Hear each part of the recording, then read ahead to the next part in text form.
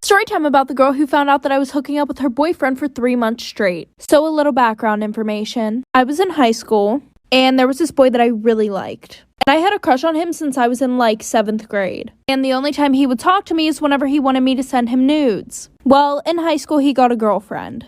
But while he was dating her, he would still ask me for nudes. And of course, I would still send them. Well, the summer before my junior year, I got a job at this restaurant. Well, almost every single day, the guy that I liked would bring his girlfriend in. Because guess what? His dad owned the restaurant. We're gonna call this boy Alex. Well, the one night I was supposed to close with this girl, but she ended up having to leave because of a family thing. So Alex came in to help me close.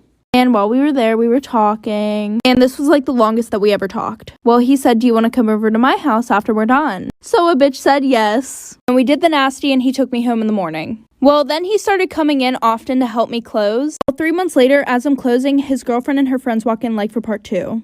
Part 2 about the girl who found out that I was hooking up with her boyfriend for 3 months straight. So like I said, the one night nobody could come in to help me close. And while I'm wiping off the counter, the girl and 3 of her friends walk in. I thought that she might have just forgot something because she was here earlier with her boyfriend, aka the guy that I was hooking up with. So I was super nice. I was like, "Hey, like, what do you need?" And literally, as soon as I finish my sentence, one of her friends comes up behind me and grabs me by my ponytail. And then his girlfriend, we're gonna call her Allie, she comes up and punches me straight in the middle of the mouth. Like literally right in the middle of the mouth. I had to go to the dentist the next day because 2 of my teeth were missing. So then she goes and sits down at a table while she takes a video of 3 of her best friends beating the shit out of me. So then I'm sitting there, I could barely move. And then she plugs in one of those things that like guys shave their head with. And as soon as she figured out how to work the damn thing, it literally took her 10 minutes. My mom walks in because she had been waiting outside for 25 minutes at this point. So my mom called the cops. And I pretty much won. My head wasn't shaved, I got a new set of teeth the next day, and her boyfriend still hits me up. Story time about how I married my father. Disclaimer, this is not my story time, and trigger warning for this. My mom and dad got pregnant with me when they were only 16. They were both young and irresponsible. My mom wanted to keep me, but my dad didn't. My dad basically broke up with my mom and told her that if she wanted to have me, she would have to do it on her own. So my mom did. Luckily, my grandma helped her out a lot and she was able to stay in school. As a baby, my dad would visit me every now and then, but he wasn't really involved in my life as far as my mom says. Here's a little backstory on my dad. My dad grew up in a really strict family and he was expected to graduate and become a doctor. So that's pretty much exactly what he did. During the time that he was in college, he really didn't come see my mom or I, but of course my mom and him kept in contact. When my dad, or should I say husband, graduated from medical school, he finally got married. And of course this was hard for my mom because she thought eventually they would get back together. By the time my dad remarried, I was about 12 years old. I didn't have a relationship with him at the time and it didn't bother me. I was so busy with friends in school I never really thought about him. Not until I turned 14. This is when things started changing and I told my mom that I really wanted to talk to my dad. So he and I started talking on the phone and eventually he came to visit me. But things started changing when I turned 19. He actually ended up getting a divorce and he and I would spend more and more time together alone. Story time about how I married my father. Disclaimer, this is not my story time and trigger warning for this. When I turned 19 is when my dad and I started spending more time together alone. Or should I say my husband. Keep in mind, I really didn't have a relationship during my teen years. We only spoke on the phone a few times and he would visit every now and then, but not a lot. When I turned 19, I was living in college and I was closer to my dad. So I decided to reach out to him and ask him if he wanted to have dinners every now and then, and he said yes. The first time we went out to dinner, we actually had a lot of fun, and it really didn't feel like I was hanging out with my dad. It was more like I was hanging out with a friend. We just didn't have that father-daughter dynamic. We would meet up almost every single weekend, and our relationship was actually very friendly. We would make each other laugh and talk about everything. And this is when we realized that we had a lot in common. Eventually, he asked me if I was dating anyone, and I told him I wasn't. When I got home, I started realizing that I wasn't thinking about my dad like a dad. I was thinking about him like a man. So the next time I saw him, I decided to tell him that. And that's when he told me that he didn't see me like a daughter either. It took a lot of courage for me to tell him this. So that's when things started to really change between us. Every time we would hang out after that, it was more like a date. We started getting to know each other and he would hold my hand every now and then. And a few weeks later, we had our first kiss.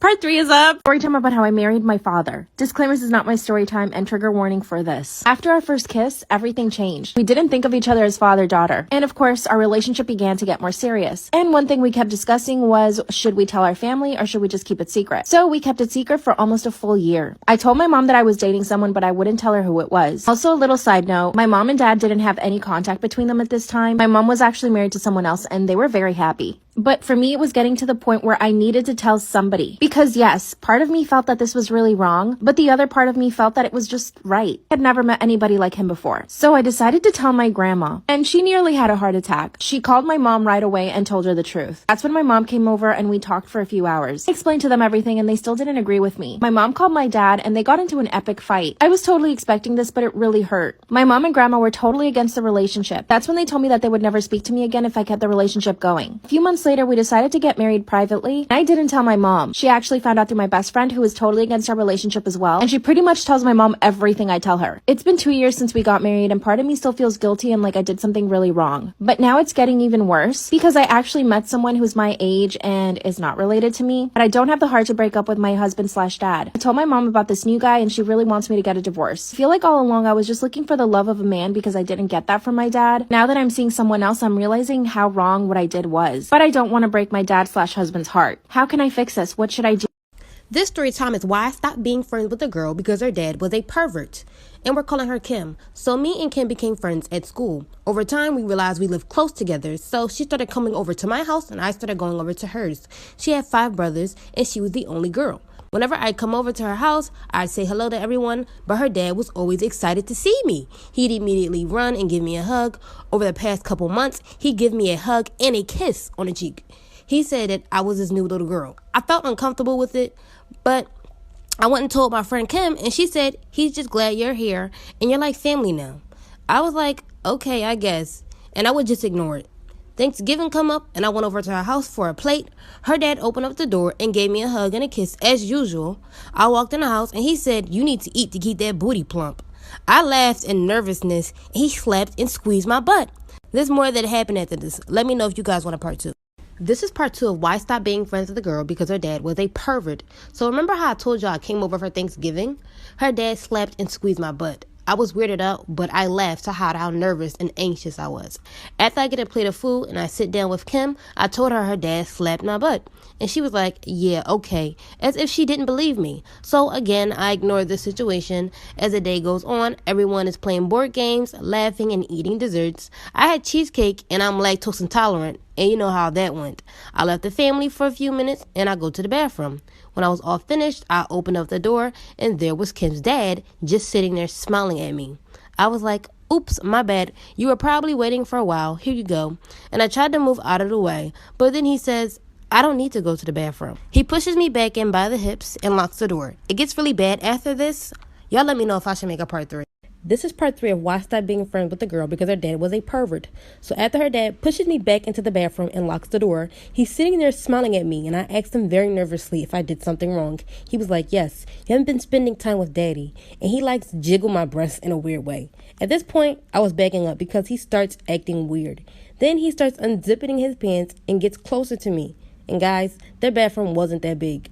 I immediately took the Windex that was on top of their toilet and sprayed it into his eyes and quickly ran out of the bathroom.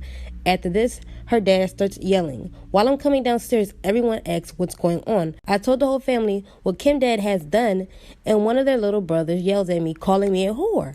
I then went to Kim saying, you gotta believe me, that's what happened. She's like, my dad would never do anything like that. Her mom walks up to me and tells me that I should leave. I starts crying, and then her mom yells at me and tells me to go home. So I left and went home crying. After that, I never went back over to her house.